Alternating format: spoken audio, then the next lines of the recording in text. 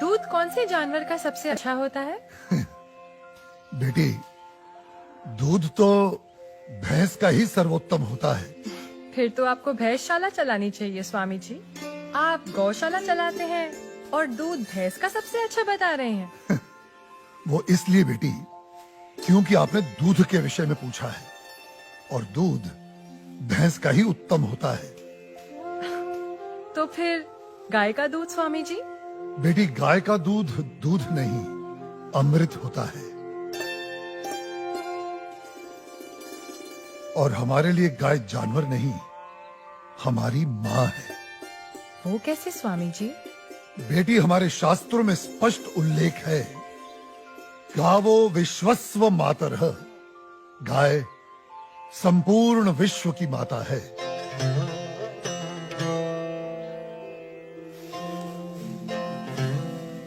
बेटी, गाय ही संसार में एकमात्र ऐसा प्राणी है जिसके अंग अंग से संसार को लाभ प्राप्त होता है। गाय दया, ममता और त्याग की देवी है। गाय लोक मंगल का स्वरूप है। लोक मंगल का स्वरूप है?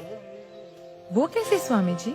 हाँ बेटी, गाय का दूध पीने से शरीर के साथ साथ मस्तिष्क का भी विकास होता है। गाय के दूध में 8 प्रकार के प्रोटीन्स, 6 प्रकार के विटामिन्स, अनेकों प्रकार के एमिनो एसिड्स और न जाने कितने प्रकार के दुर्लभ तत्व प्राप्त होते हैं। It's a complete and wholesome food. ये मानव शरीर के प्रत्येक रोगों के लिए वरदान है, इसीलिए ये अमृत है। अब तुम गौमूत्र को ही ले लो। गौमूत्र बेटी अद्भुत औषधि है और हमारे आयुर्वेद में तो कई सारी जीवन रक्षक दवाएं गौमूत्र को केंद्रित करके ही बनाई जाती हैं। अच्छा। क्या आपको पता है, अमेरिका अपनी दवाइयां बनाने के लिए काऊ यूरिन इंडिया से ही इंपोर्ट करता है। रियली? अब आओ गोबर पर।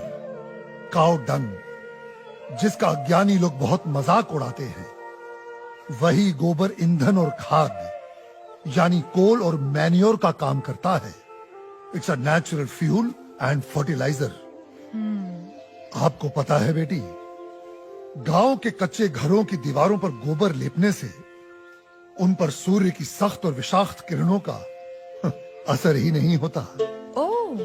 बेटी, हमारे शास्त्रों में कहा गया है कि गाय के खुरों से उड़ी धूल यानी गोधूली अपने मस्तक पर लगाना तमाम तीर्थों में स्नान करने के बराबर है। लेकिन स्वामी जी, आपने ये गौशाला खोलकर जो बूढ़ी और दूध ना देने वाली गायों को शेल्टर दिया है, अगर कोई कसाई इन्हीं गायों को काटकर उनका मांस अगर बाजार में बेचता है, उसे तो 30-40 हजार का लाभ हो सकता है। लेकिन आपने तो इन बूढ़ी गायों को शरण देकर उसके पेट पर तो लात मार दी है। उस बेचारे का तो रोजगार छिन गया है स्वामी जी। हम कितने एहसान फरामोश हो गए हैं बेटी। चलो आज एक कैलकुलेशन करते हैं। एक गाय 20 से 25 साल जीती है। वो अपने जीवन काल में 15 साल हर रोज 15 से 20 लीटर दूध देती है। इसका मतलब एक साल में हुए तकरीबन 7,000 लीटर दूध और 15 साल में हुए 1,05,000 लीटर दूध। अब आप अंदाजा लगा लो, 1 लीटर दूध कितने का बिकता है और 1,05,000 लीटर दूध कितने का बिकेगा। अब तुम वैसे ही गोबर और गौमूत्र का भी गणित जोड़ लो। तुम्हारी आंखें फटी और खुली रह जाएंगी कि एक गाय अपने पूरे जीवन काल में कितने करोड़ों रुपए मनुष्य को कमा कर देती है।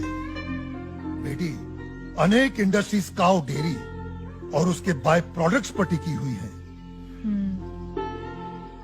और ये गणित यहीं खत्म नहीं होता बेटी। उसकी मृत्यु के उपरांत उसकी चमड़ी, उसकी अस्थियां भी काम में आती हैं। उससे भी लोग पैसे कमाते हैं। आप 30-40 हजार रुपयों की खातिर उस ममता की मूर्त को जीवित काट कर व्यापार करने की बात कर रही हो, उसे खाने की बात कर रही हो।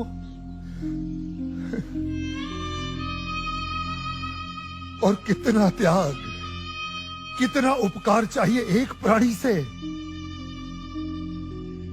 जिस मां ने अपने जीवन काल में हमें इतना धन दिया हो, हमारी सेवा की हो, उसके वृद्ध हो जाने पर, उसके बीमार हो जाने पर हम उसका त्याग कर दें, उसे अबैंडन कर दें। धिक्कार है ऐसी सोच को। बेटी अपनी मां के वृद्ध हो जाने पर उसे बेचा नहीं जाता, उसे काटा नहीं जाता, उसकी सेवा की जाती है। मैं आपकी बात से सहमत हूँ स्वामी जी, लेकिन आपका पॉइंट ऑफ व्यू प्रेजुडिस भी तो हो सकता है, क्योंकि आप एक हिंदू हैं। ओ मैडम जी, आप बिल्कुल गलत बोल रही हैं। मैं एक मुसलमान हूँ और मेरा नाम इस्लाम मुन्ना शेख है और मैं इस आश्रम का ग्वाला हूँ और हमारे कुरान पाक में कहीं भी गाय के गोश्त को खाना नहीं लिखा है। हम हिंदुस्तान में रहते हैं। अगर गाय हिंदुओं की माँ है तो गाय हमारी भी माँ है। तो इसका मतलब आप भी गौ हत्या के खिलाफ हैं? 100%। हम हिंदुस्तान में गौ हत्या नहीं होने देंगे।